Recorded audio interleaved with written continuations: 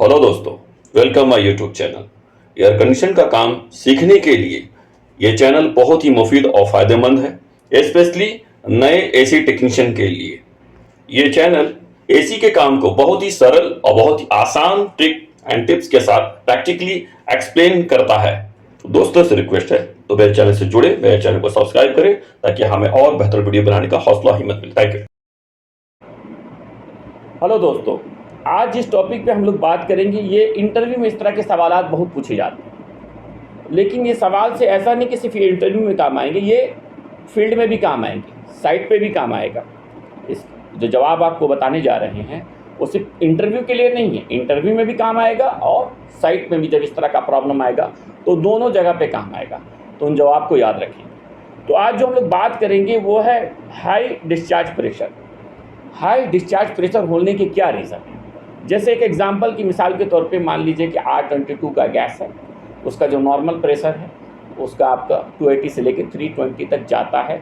Room temperature और ambient temperature के ऊपर डिपेंड करता है।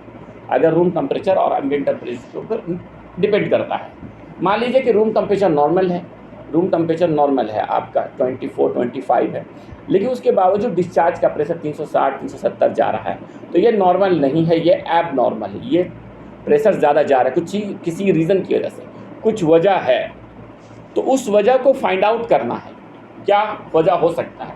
इस तरह के अगर सवाल कोई पूछता है आपसे इंटरव्यू में, या इस तरह का प्रॉब्लम किसी टेक्नीशियन को मिल रहा है, तो वो कुछ चीज़ों को चेक करें। तो उसी से रिलेटेड ये वीडियो है। तो क्या क्या चेक करना चाहिए एक टेक्नीशियन को कि क्यों उसका डिस्चार्ज का प्रेशर बढ़ रहा है, जबकि इसका रेंज 280 to 320 है। डिपेंड रूम टेम्परेचर और एम्बिएंट टेम्परेचर पर डिपेंड करता है। वो अप डाउन स्टेबल नहीं रहेगा, फिक्स नहीं रहेगा, आगे पीछे होगा। रूम टेम्परेचर और बाहर के टेम्परेचर के ऊपर निर्भर करता है वो।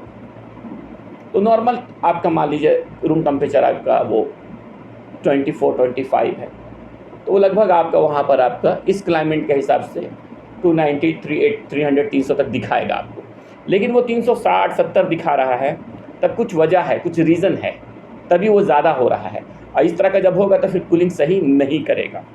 तो इस तरह का डिस्चार्ज का प्रेशर बढ़ने के क्या कारण हैं, ओके स्टार्ट करते हैं। जब कभी भी इस तरह का प्रेशर आपको बढ़े तो सबसे पहले कंडेंसर फैन मोटर चेक करें। कंडेंसर फैन मोटर चल रहा है कि नहीं चल रहा है, सबसे पहले ये चेक करना। कंडेंसर फैन मोटर अगर नहीं चल रहा है तो उसके अंदर कई चीज़ें हैं। पहली चीज़ है, अगर मान लीजिए कंडेंसर फैन मोटर नहीं चल रहा है तो सबसे पहले वोल्टेज को चेक करें।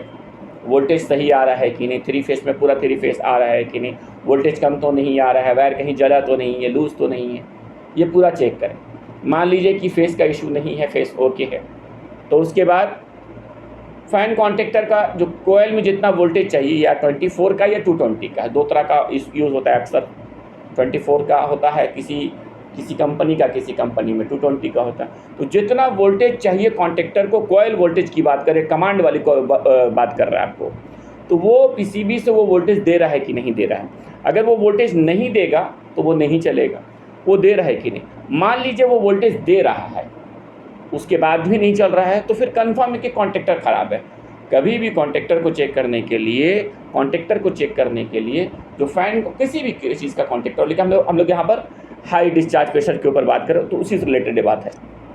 तो जितना वोल्टेज की ज़रूरत है कंट्रोल से उतना वोल्टेज आना चाहिए। अगर वो वोल्टेज नहीं आ रहा है तो पीसीबी का इशू होगा, वायर का इशू होगा, कमांड का इशू होगा, ये सब होगा। लेकिन वो वोल्टेज आ रहा है, 220 चाहिए 220 आ रहा है, 24 चाहिए 24 आ रहा है, कॉन्टेक्टर तक पहुंच रहा है, कॉन्टेक्टर के कोयल तक पहुंच रहा है, उसके बावजूद भी कॉन्टेक्टर एनर्जाइज नहीं हो रहा है, कॉन्टेक्टर अंदर नहीं जा रहा है खुद ब खुद, तो इसका मतलब है कि कॉन्टेक्टर स्टक है, वो ख़राब हो गया है, इसलिए मोटर नहीं चल रहा। और जब मोटर नहीं चलेगा तो जाहिर है कि आपका डिस्चार्ज का प्रेशर बढ़ेगा, ज़्यादा होगा, भागेगा, वो बढ़ेगा।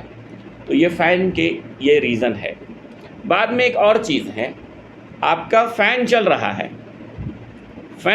है, मोटर चल रहा है, लेकिन ब्लेड नहीं घूम रहा है, तब भी आपका डिस्चार्ज का प्रेशर ऐसा होता है।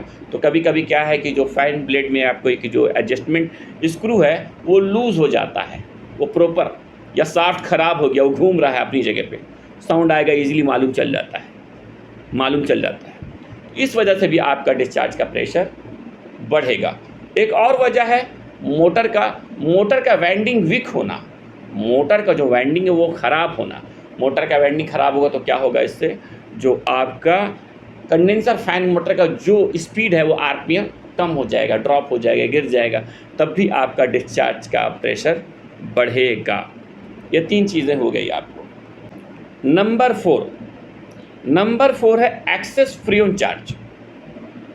ऐसा होता है कि बहुत सारे लोग ज़्यादा फ्रीऑन मिस्टेक से, गलती से, जानबूझ के कोई नहीं करता है, मिस्टेक से फ्रीऑन ओवर चार्ज हो जाता है। या ये कह लीजिए कि इम्प्रॉपर वैक्यूम को सही नहीं किया। कुछ लोग बहुत ज़्यादा, थोड़ा जो मास्टर लोग होते हैं तो वैक्यूम नहीं करते, तो इस तरह का भी कभी प्रॉपर वैक्यूम नहीं होता तो मॉइस्चर मिक्सअप हो जाता है सिस्टम में। तो अक्सर तो कभी चला जाता है, लेकिन कभी कभी इस तरह के प्रॉब्लम होते हैं, तो इम्प्रॉपर वैक्यूम करने से भी आपका इस तरह का प्रॉब्लम आपको मिलेगा, हाई डिस्चार्ज प्रेशर का। या एक्सेस फ्रीऑन चार्ज कर देना, एक्सेस फ्रीऑन चार्ज करने से भी आपका जो डिस्चार्ज का प्रेशर ज़्यादा जाएगा और वो कंप्रेसर फिर आपका एचपी स्विच से ट्रिप करेगा। नंबर 5 है कंडेंसर फैन मोटर का कैपेसिटर। 3 फेस में तो ये प्रॉब्लम नहीं होता, 3 फेस में आपको कैपेसिटर इस्तेमाल नहीं होता, लेकिन सिंगल फेस में इस्तेमाल होता है। कभी कभी ये होता है कि 3 फेस में आप देखेंगे कि कंप्रेसर 3 फेस का है, लेकिन उसमें जो मोटर जो यूज़ हुआ वो सिंगल फेस का है।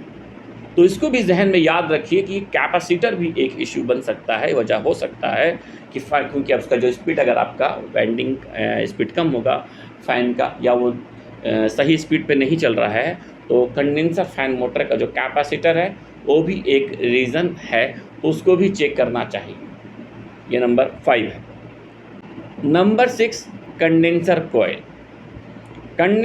कोयल अगर गंदा होगा तब भी आपका डिस्चार्ज का प्रेशर इंक्रीज़ होगा, बढ़ेगा। तो कंडेंसर कोयल को भी देखना चाहिए। ये सब चीज़ें मैंने आपको जो गिनाया, कंडेंसर फैन मोटर मान लीजिए ओके चल रहा है, ब्लेड भी ओके है, कैपेसिटर ओके है, वोल्टेज इशू नहीं है, कंडेंसर कोयल भी क्लीन है, सब कुछ ओके है, लेकिन उसके बावजूद भी अगर आपका डिस्चार्ज का प्रेशर हाई जा रहा है तो उसके बाद जो एक लास्ट बचता है वो एक्सपेंशन वाल्व है, वो सही से काम नहीं कर रहा। एक्सपेंशन वाल्व प्रॉपर काम नहीं कर रहा है, तब भी आपका प्रेशर एबनॉर्मल दिखाएगा और डिस्चार्ज का प्रेशर हाई और सेक्शन लो जाएगा, इन तमाम चीज़ों को ओके होने पर। तो इस वीडियो में इतना ही। Thank you. हेलो दोस्तों, अगर आप एजुएसी का काम सीखना चाहते हैं तो मेरे इस चैनल को सब्सक्राइब करें, लाइक करें, शेयर करें। Thank you.